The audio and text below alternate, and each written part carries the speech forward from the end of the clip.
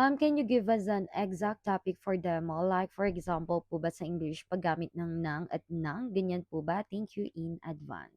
I think ito sa Filipino to ginagamit. Okay, hi teachers, happy trailbuddies, hi future public teachers, kumusta, kumusta? Okay, kapag naghahanap kayo, hindi nyo alam ano yung mga ituturo ninyo, unang-una sa lahat, tingnan nyo yung curriculum guide. So, yun yung guide natin kung ano yung mga ituturo natin sa bawat quarter or sa bawat grading. And titingnan nyo doon, of course, kung anong subject and anong grade level ang tuturuan ninyo.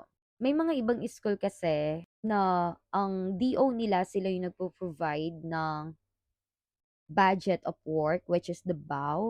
Ibig sabihin nun, sa bawat grading, magbibigay yung sa DO, magbababa sila, or kaya minsan yung school yung gumagawa. Sa isang subject, sa isang grading, gagawa na nila yan kung anong ituturo nila sa week 1, sa week 2, sa week 3, and sa week 4.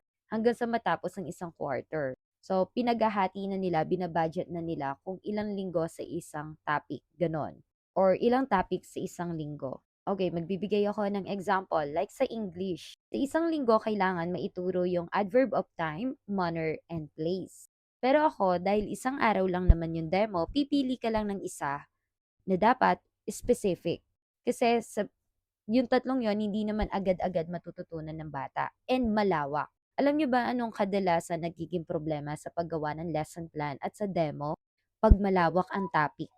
Yes, kailangan specific lang tayo sa objective natin. 'Di ba nga, sabi smart. So dapat isang topic lang.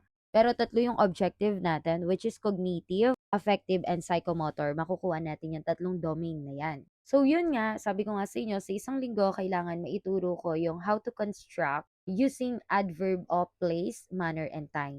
Pero dun sa demo ko, ang tinuro ko lang is adverb of place. So yun, ulitin ko, check nyo po sa curriculum guide.